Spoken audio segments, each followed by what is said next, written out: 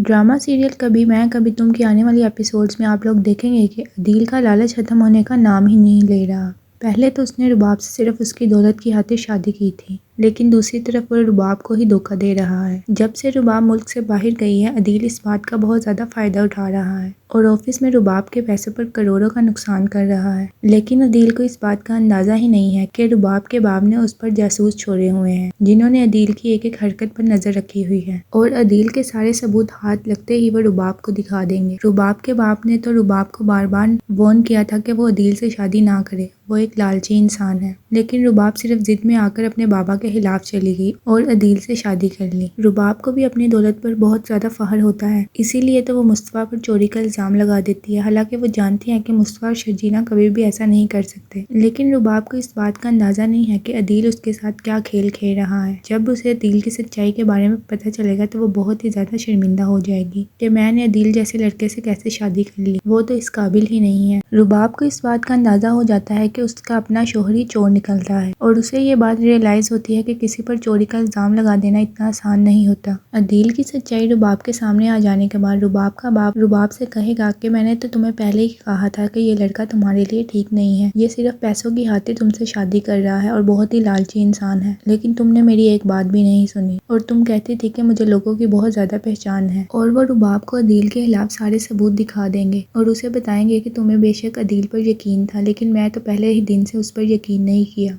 और उसके पीछे जासूस लगाए थे। अगर हमें ये सब कुछ पता ना चलता वो सारी जायदाद अपने नाम लगवा लेता और तुम खाली हाथ रह जाती। रुबाब अपने बाबा की ये बातें सुनकर उनके सामने बहुत ज्यादा शर्मिंदा हो जाती है